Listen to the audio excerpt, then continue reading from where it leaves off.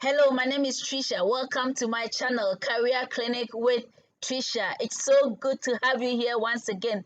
Thank you so much for dropping by and thank you for all the support. I'm really grateful. So if you're new here, don't forget to hit the subscribe button and the notification bell so you get notified of my next video. In this video, we are discussing how you can develop your emotional intelligence to become a star performer at the workplace and increase your earnings. And with me to do this is Alhaji Abubakar Kwame Isuman, Head of Human Resources at the Bank of Africa, Ghana, one of the best brains in the HR fraternity, and also my former boss. So if you're ready, let's get started. Wow, thank you so much. Thank you.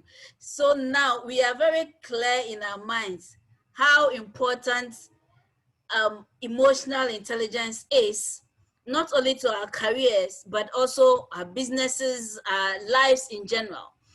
So we are really interested. And I'm glad that you said that people are not necessarily born with this trait, and that is something that we can learn. So then the critical question is this: what are the strategies? What are the specific things we can do to build emotional intelligence or develop emotional intelligence, said that will help us place ourselves on the path of growth in our careers, in our businesses, in our lives in general, and also, earn more money. That's very important. That's The money there, you can't joke with it. Okay, fantastic. And I like this part because everything we've mentioned is good, but this is the part where you can take back and start working on it. Yes. And there are so many strategies. The literature is replete with strategies for developing emotional intelligence. I will just focus on only 5. I believe that these 5 can be a good starting point. I don't want to give you so much that now you don't know where to start from. As a professional teacher, I know that learning occurs only when there's a change in behavior. Yes.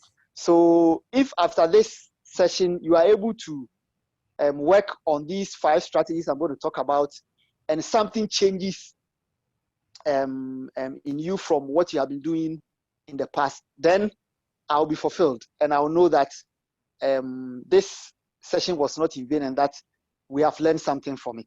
Yeah, sure. So the first strategy I would like to talk about is managing your negative emotions. We are human beings, and so everybody, we are not angels, everybody has negative emotions. Maybe some people have more than others, but even if you have only one, it is still a negative emotion.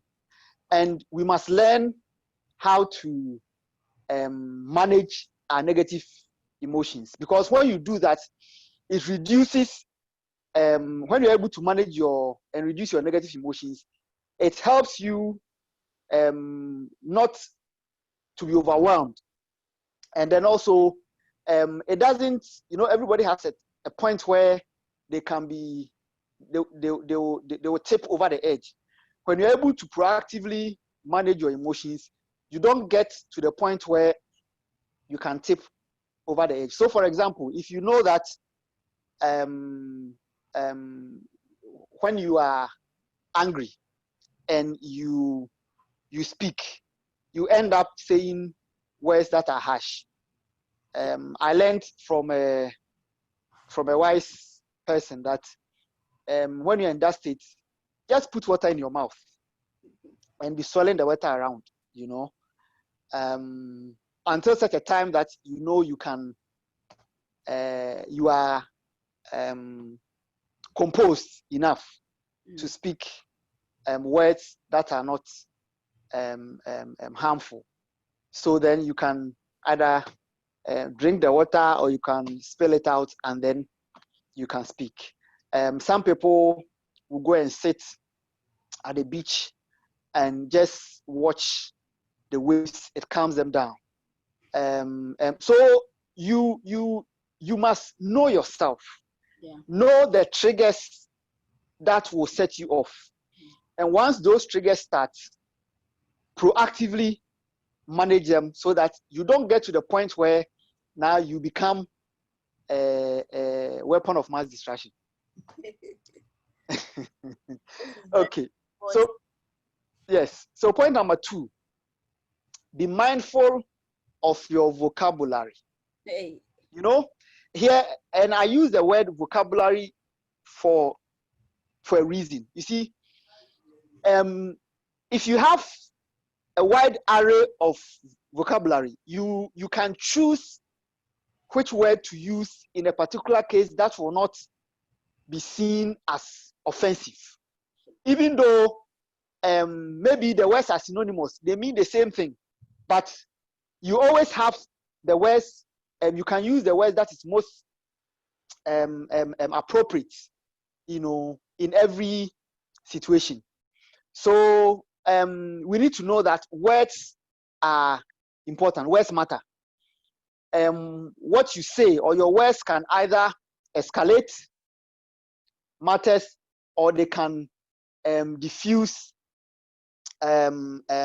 situation that is already tensed.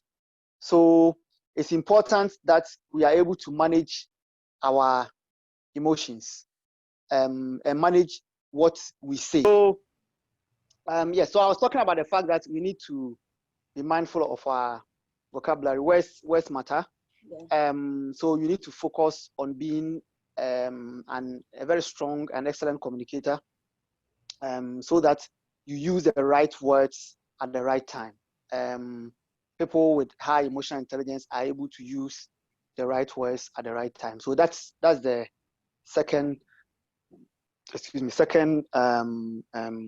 strategy I'll talk about. The third one is to practice empathy.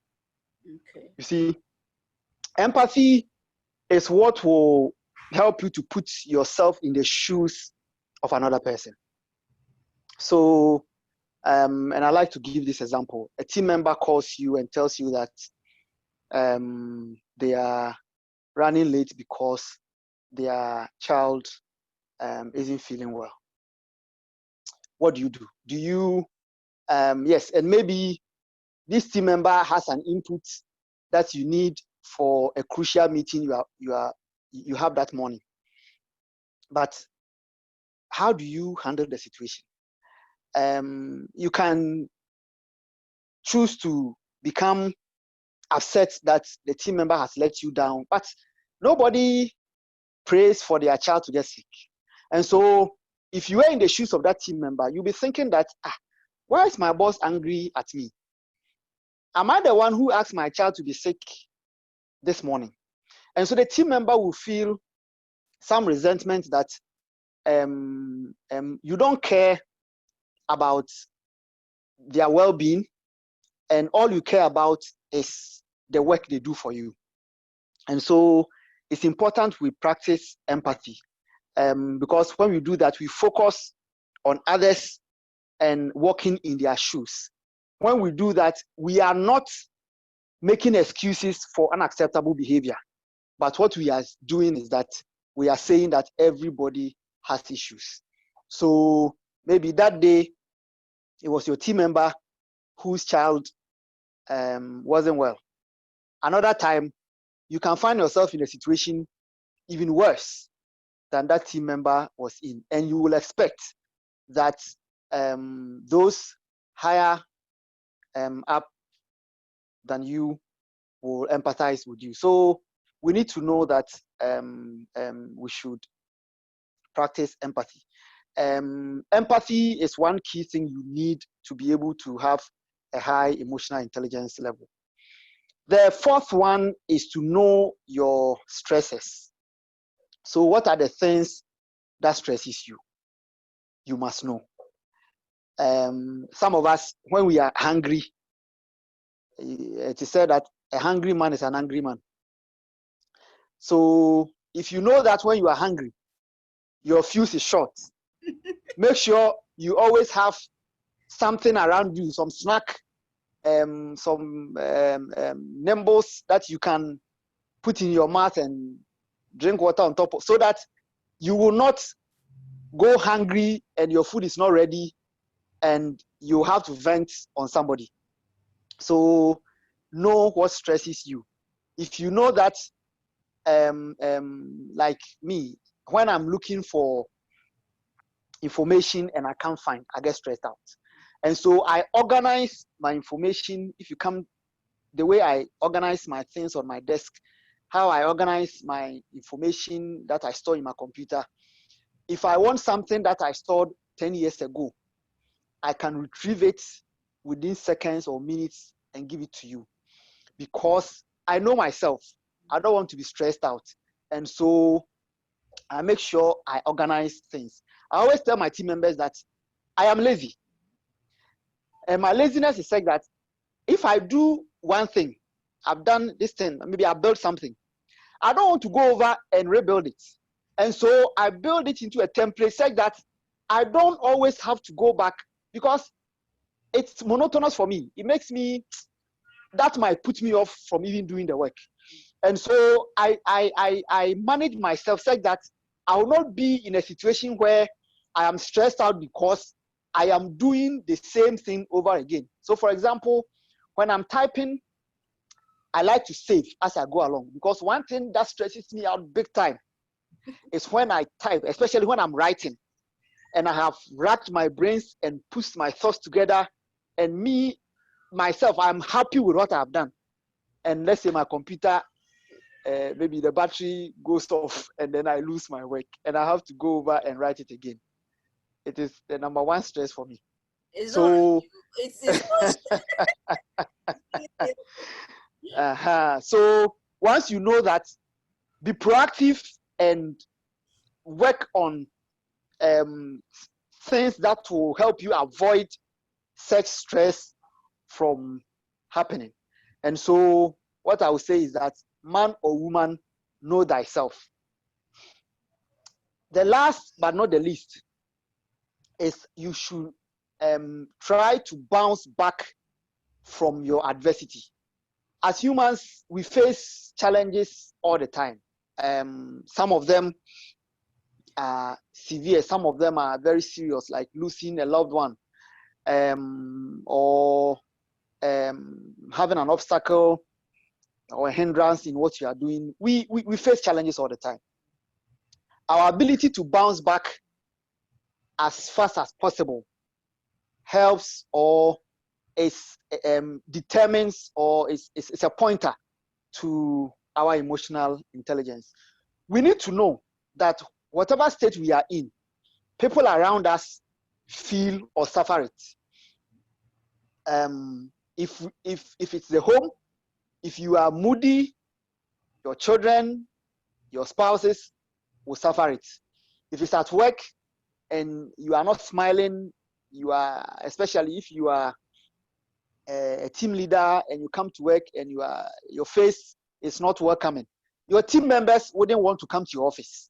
Even if they have something important to come and discuss with you, they would dread to come. So yes, maybe you are going through a certain adversity that is putting you in such emotion, but your ability to know that whatever mood you are in is affecting other people, and so you have to try and come out of it as soon as possible. And you can do that through positive thinking. You must know that yes, this thing has happened, it's not the end of the world.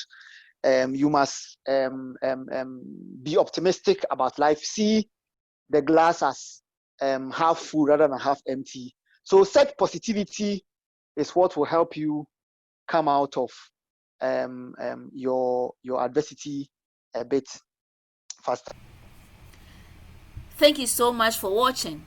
I hope you have learned a thing or two that will help you to move to the next level in your career. If you have not yet subscribed to this channel, please hit the subscribe button and the notification bell.